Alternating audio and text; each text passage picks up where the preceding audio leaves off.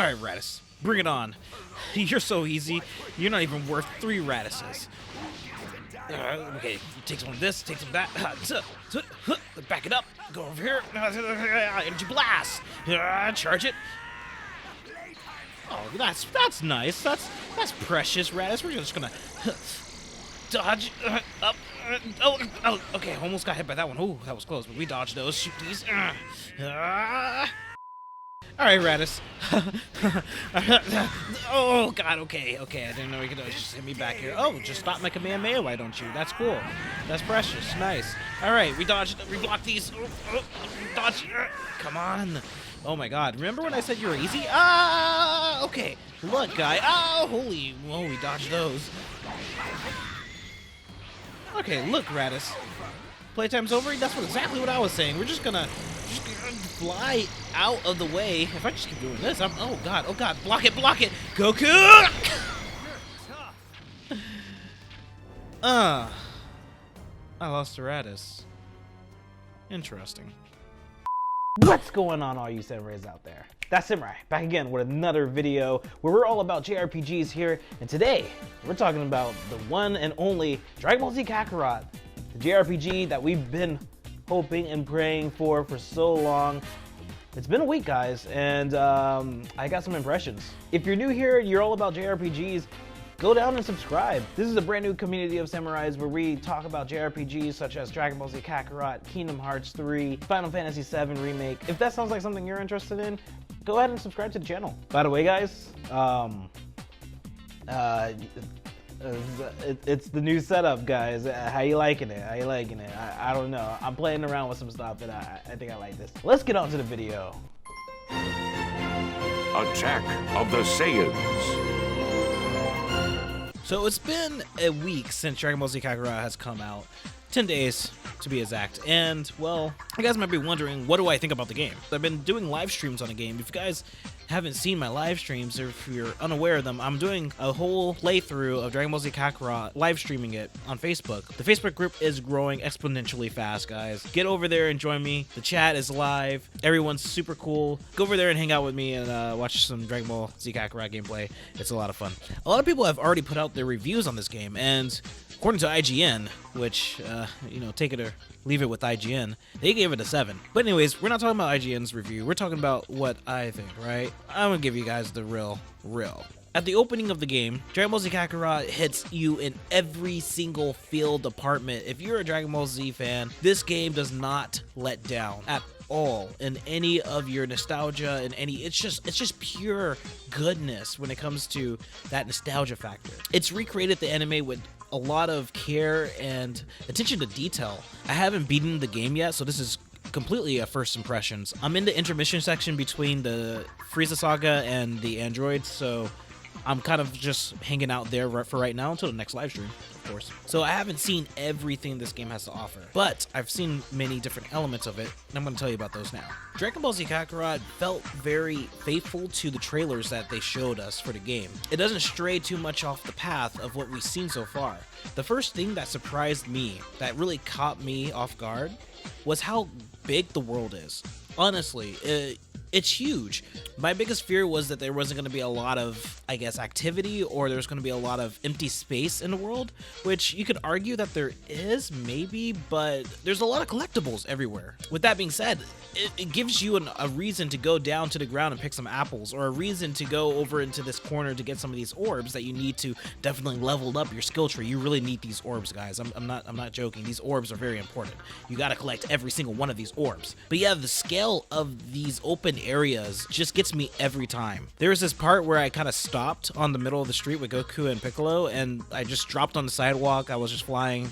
It was interesting because I was like, wow, look how big everything is compared to, like, when you're up in the sky, you know, everything's kind of small. You go down to the ground and you're like, oh, wow, this is like to scale with these characters. And you look down the Grand Canyon, or this little canyon area, it just, I don't know, just the scale of it just gets me every time. I gawk at the game every time just from flying around and stuff. But it's not only that. Flying around itself is immersive too. Being able to take your beloved characters in your hands and just fly around the sky, and they have all these cool little flying animations, and you can like just zoom off into the distance, take off from the ground. It's just so much fun. This by itself just like feels great as a Dragon Ball Z fan. I just feel like they took a lot of time to make this feel alright, you know? And don't even get me started on how this game looks. This game looks amazing. I feel like there's a lot going on everywhere, and at the same time, there's not a lot going on everywhere. I might feel that way because of how big the environment is, but so far, the grandiose environment and the somewhat emptiness of the environment hasn't bothered me at all, really. I'm kind of just flying from one point to the next point, and it actually takes a good minute to like go from one point to the other point, but you can get there on your own time. You can travel slow, you can travel fast. And then at the same time, you can collect a lot of orbs that you're going to actually need to level up your characters, level up their skill sets in the future. So it's super okay. Like I'm okay with that. It just feels good to traverse. I'm loving it. Now, I have a lot of mixed opinions when it comes to the combat in this game. I feel like they could have done a little bit more with this. Now, don't get me wrong, I wasn't expecting anything like fighters combat in this game, for sure, no. But I was expecting a little bit more than a one-button move set. In order to punch and kick and whatnot, you just press circle, circle, circle, circle, and they automatically do combos. Which, okay, that's fine. I mean, the Naruto Storm series was just like that, so at least it's CC2, you know, same developers. I could deal with that. When it comes to chaining and canceling, I haven't discovered a way to do that yet. There was one time where I shot a Kamehameha and I canceled it. And I don't know how I did that. I think I pressed the block button. I gotta look more into it, guys. It really surprised me because I was thinking maybe there's more to this combat system than what I've experienced so far, right? Well, so far, we got one button, circle. So punching, punching, and punching, kicking, and punching, and dodging, and punching.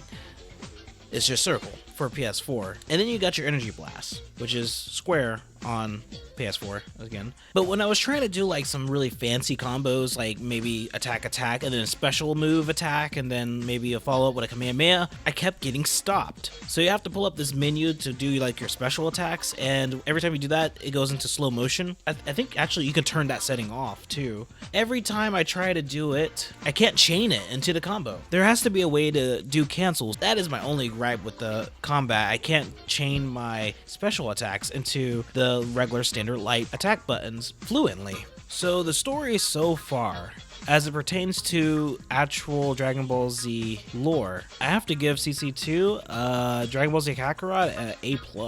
It's very faithful to the story so far. It's still a video game. So there's going to be fights that happen that never really happened. Like the whole Goku versus Raditz fight that happened before he took Gohan off the island. Like, that didn't happen in the anime. He wasn't throwing Kamehamehas at Raditz before he took Gohan. But you gotta remember, guys, this is a video game. So they're gonna insert battles where there probably wasn't one. So far, the story is enjoyable. It's like watching the show over again, and I expected it to be that, redone in a cool CC2 way. There are some scenes that are a little awkward, and then there's those times when you're flying to a location and your character just keeps on flying directly into the objective or the person that's standing there. That's really weird looking.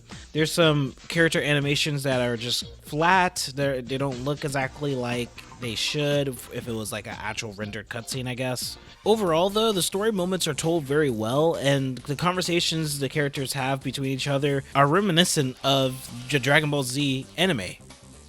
Okay, so side quests. I am sad to say that Dragon Ball Z Kakarot falls into the JRPG model that every JRPG game seems to fall into, and that is having repetitive side quests and fetch quest and the whole 9 yards. There's been a plethora of side quests just hanging out throughout the story, but they all have a familiar ring to them, and that's what gets me. It's either, oh, protect this person from the enemies who are attacking them, or hey, can you go over here and talk to this person and then get this item, then go and talk to that person and get that item, and then come back to me with all the items, and then here's your reward. There are other RPGs that do side quests a little bit different. They either add more to the lore, or they're a story that's contained in itself, and they go quest after quest after quest. There's multiple side quests that are all pertaining to the same topic. I haven't found that yet in Dragon Ball Z Kakarot. I'm hoping that there is something like this.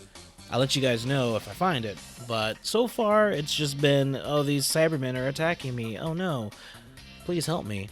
So leveling in this game is so interesting to me. It's fairly consistent if you're playing the story mode. You know, you pretty much keep up with the levels of the bosses or the enemy types in your area. There is a grind to get these orbs that level up your skills, and a grind to get new moves that level up your old moves, basically. Like going from a Maseko to a Super Maseko, or a Kamehameha to a Super Kamehameha. Now, one of the biggest selling points in Dragon Ball Z Kakarot, because it's not PvP, there's no like online element, right? The bosses are actually gonna feel like bosses. They're gonna feel like they're stronger than you, and they were completely right. As you saw at the beginning of the video, I lost to effing Raditz. Who loses to Raditz? No one loses to Raditz. It wasn't that hard, but I mean, like, he surprised me is what happened. But he's not the only boss that felt like this. The Ginyu Force, wow, the Ginyu Force was crazy. I didn't lose to them, but they were crazy. Fighting Frieza felt kind of on par, actually. Fighting Frieza wasn't that bad. All these other bosses in the game, they felt like they were stronger than you. And they also had these invincible frames that I don't really dig that much either. Sometimes you're just putting on the combos and stuff and you're hitting them, and then they're just invincible, they're not being stunned. And it's just like, okay, I guess I'll take the punish for that. The levels matter, and they matter a lot. You could be 10 levels below somebody and still get your ass whooped. Like I mentioned before, I'm playing this game during live streams only. I play on weekday nights, and I put in about 2 hours each live stream. So far, I've put in about 10 hours into Dragon Ball Z Kakarot, and I'm just now leaving Frieza. 10 hours of gameplay, and I've done minimal side quests so far. That's a lot of game. It's true, it seems like so far that there's a lot of content or a lot of time that goes by when you're playing the game. But this is just a first impressions video. I still have a lot to go through when it comes to Dragon Ball Z Kakarot. Android Saga is coming up next, and then we got Boo, and then we have the DLC. Yeah. So far, though, my first impressions, this game is great. I have literally nothing too harsh to say about it, other than I wish the combat was more involved or intuitive. But I'm honestly okay with how it is so far. Being a Dragon Ball Z fan, I kind of already know where the story is going, but I am definitely waiting to see what they do with this game in the future. So far, it's good. I say my final verdict for Dragon Ball Z Kakarot, it lived up to my expectations. It doesn't feel like a half-baked game that was waiting for DLC to come out to patch certain things. No, it's not that. It's a true RPG that's finished. It's a finished game. Yeah, sure, there are some wacky, weird pop-in moments or glitches that, you know, any game would have at the launch of it, but so far, I haven't really seen too many of that in my copy. It's been a blast playing it. Like I said before, I do live stream this game on weeknights. If you're not already following me on the Facebook page, what are you waiting for? Get over there. Link in the description. Follow me over there for all my live content on this game. As of right now, everything is live on the Facebook page, so check that out. All in all, guys, I'm like having a blast with this right here. I mean, I don't know. If you haven't gotten the game, like, what are you waiting for? Get the game. Make sure you subscribe and become a samurai so you don't miss any more content from me. And hey, if you're looking for more JRPG titles that you're interested in, go ahead and click the video over here. I'll give you guys a spoiler. This one's my #1.